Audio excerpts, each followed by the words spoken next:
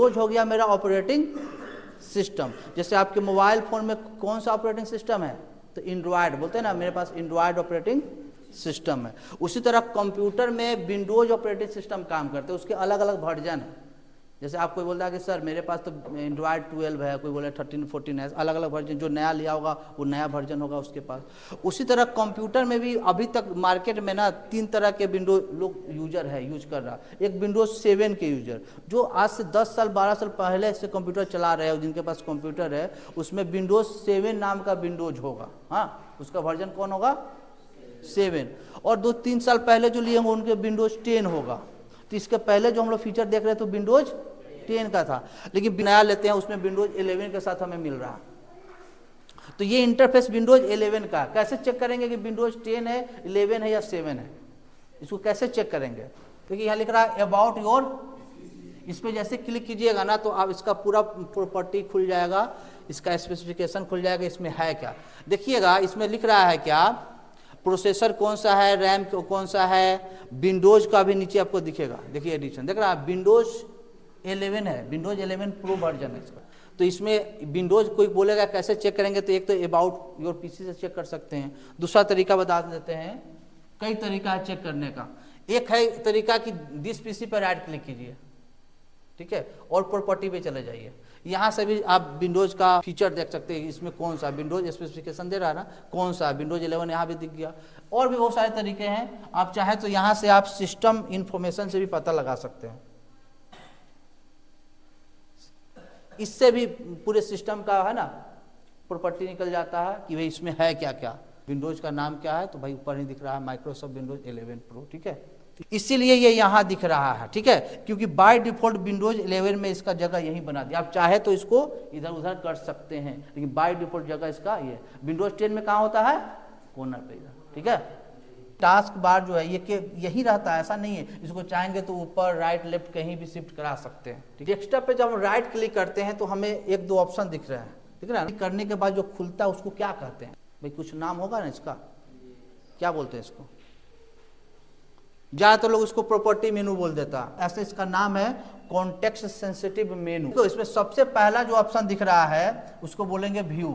इस व्यू में बहुत सारे ऑप्शन दिख रहे हैं, इसके बारे में बता सकते हैं इसका क्या काम है। ये जो आइकन है बड़ा छोटा करने का, ये 3 ऑप्शन है। ये तो ये वाले ऑप्शन समझ में आता है, ऑटो अरेंज आइकन। इसमें जो ऑटो अरेंज आइकन है, अब देखिए इस आइकन को हम अगर इधर ले जा रहे हैं ऐसे, तो क्या हो रहा है, नहीं जा रहा है क्या, ये नहीं जा रहा है।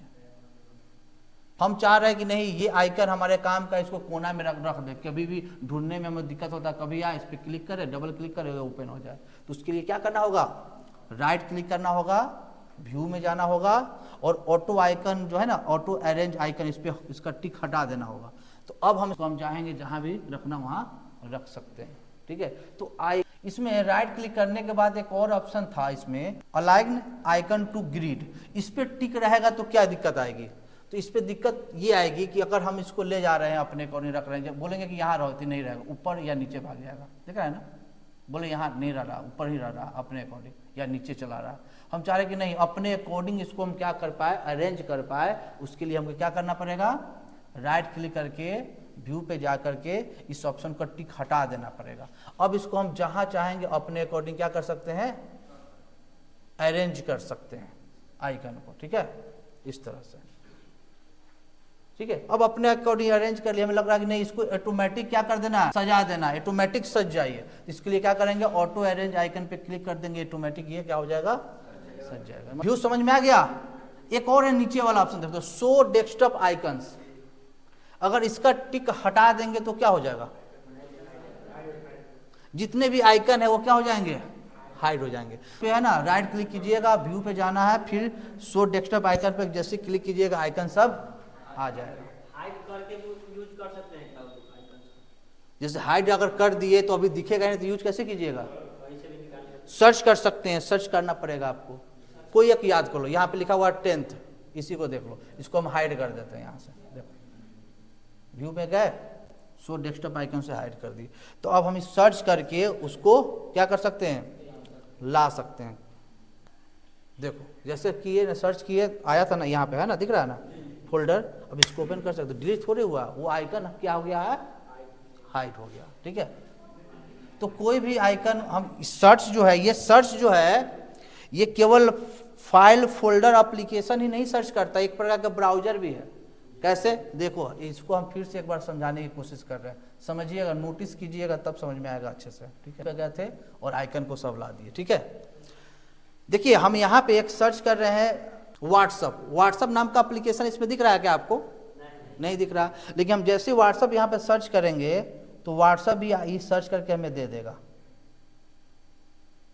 देखिएगा व्हाट्सअप, तो ये व्हाट्सअप वेब भी आ गया। इससे क्या होगा कि डायरेक्ट, यानी डायरेक्ट इंटरनेट जैसा काम कर रहा है ना ये। लेकिन इंटरनेट कनेक्ट रहेगा तब इंटरनेट जैसा काम करेगा, ऐसा नहीं है कि इंटरनेट कनेक्ट ना है और काम करे। यानी एक प्रकार का ब्राउजर जैसा भी ये काम करता है ना, ब्राउजर भी है एक प्रकार का। फाइल फोल्डर तो सर्च कर ही सकते हैं, एप्लीकेशन सर्च कर भी सकते हैं, उसके अलावा हम ब्राउजर के रूप में भी इसको सर्च कर सकते हैं। क्या? राइट क्लिक करने के बाद व्यू, व्यू में ये तो हम समझ गए, कोई दिक्कत नहीं। सॉर्ट बाय, दूसरा ऑप्शन है सॉर्ट बाय। छोटो पीछे से बताइए, सॉर्ट बाय। अगर नेम पर हम क्लिक कर देते हैं तो क्या होगा? तो ये अल्फाबेट बाय हो सकता है, अरेंज हो जाए अपने आप, है ना, नेम बाय सॉर्टिंग हो जाएगा। साइज बाय, साइज बाय करेंगे तो हो सकता है सबसे ज्यादा साइज वाले ऊपर आ जाए, उससे नीचे वाले साइज बाय अरेंज हो जाए। क्या? आइटम टाइप बाय भी अपने अकॉर्डिंग कर लेगा। डेट मॉडिफाई बाय कर लेगा, जो सबसे पहले बना हुआ पहले और बाद में बना उसे ऐसे अरेंज कर लेगा। ठीक है, ये भी समझ गए। रिफ्रेश क्यों करते हैं कोई बताएगा? ज्यादातर लोग, हम, मेरा भी आदत है, जैसे कंप्यूटर ऑन किए तो 2-4 बार रिफ्रेश कर दिए। तो क्या कंप्यूटर हम अभी अभी स्टार्ट किए, अभी रिफ्रेश करना जरूरी है क्या? रिफ्रेश कब किया जाता है? जब कोई हमारा प्रोग्राम क्या हो, हैंग करे, फंसता है ना, बोलते हैं फंस के आ रहा है, तो उस समय हमको रिफ्रेश करते तो क्या हो जाता है, फिर से प्रोग्राम रीलोड हो जाता है, वो अच्छा से काम करने लगता है। क्या आपके मोबाइल में भी होता है? जब भी नहीं चलता आप एक बार ऐसे करते तो रीलोड होता, रिफ्रेश होता है, ऐसे करने से होता है ना। रिफ्रेश को रीलोड भी बोला जाता है। प्रोग्राम फिर से लोड होता है, फिर से वो काम करने लगता है। हालांकि ये रिफ्रेश रैम से ताल्लुक है इसका, हम लोग कभी आगे क्लास में इसको समझाएंगे अच्छे से डायग्राम के जरिए कि कैसे काम करता है। ये रैम से रिलेटेड है रिफ्रेश। ठीक है, अगला ऑप्शन है न्यू। इसमें कोई बता सकता है? 1-2 ऑप्शन कोई? फोल्डर तो कम से कम बनाना बता सकते हो। हाँ, नया फोल्डर। नया फोल्डर हम क्यों बनाते हैं? फोल्डर क्या होता है? तो फोल्डर एक जस्ट लाइक थैला, बैग। बैग में कोई अपना क्या रखते हैं, सामान रखते हैं। तो हम अपना फोल्डर जब कंप्यूटर बना लेते हैं तो हम अपना उसमें सामान, उस सामान मेरा क्या हो सकता है? देखिए कंप्यूटर की भाषा में सामान को डाटा बोल सकते हो। हाँ, मैं अपना डाटा रख सकता। डाटा क्या हो सकता है?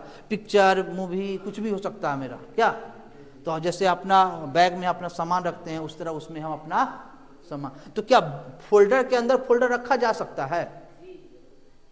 फोल्डर के अंदर फोल्डर, जैसे मेरा बैग है, बैग के अंदर छोटा बैग तो रख ही सकते हैं। देखिए घर में शादी ब्याह होता है तो बड़ा सा ट्रंकल मिलता है, उसके ट्रंकल का छोटा सा सूटकेस, फिर उसके अंदर भी भाई लोग रखता है, फिर उसके अंदर भी रखता है। यानी फोल्डर के अंदर फोल्डर भी रख सकते हैं। अब फोल्डर के अंदर जो फोल्डर बनाते हैं उसको सब फोल्डर बोला जाता है। क्या बोला जाता है? फोल्डर के अंदर जो फोल्डर होता है उसको क्या बोला जाता है? सब फोल्डर। अच्छा एक चीज बताइए हमको, इस पूरे डेस्कटॉप की अगर बात करें तो कितने लोगों को फोल्डर दिख रहा है? फोल्डर का पहचान है, पीला पीला जो दिख रहा है वो फोल्डर है। कैसे पहचान करें कि ये फोल्डर है? किसी ने बोला सर ये फोल्डर है, ये फोल्डर, ये फोल्डर, ये फोल्डर। कैसे पहचान करें कि ये फोल्डर है? इसकी पहचान क्या है? तो उस बोलना चाह रहा है, बोलो छोटू, कैसे पहचान करेंगे? कैसे पहचान करें ये फोल्डर है? आइकन देख के पहचानेंगे। आइकन से कोई आइकन चेंज कर देगा तो फिर तो दिक्कत हो जाएगी। आइकन चेंज भी किया जा सकता है, नहीं हो सकता?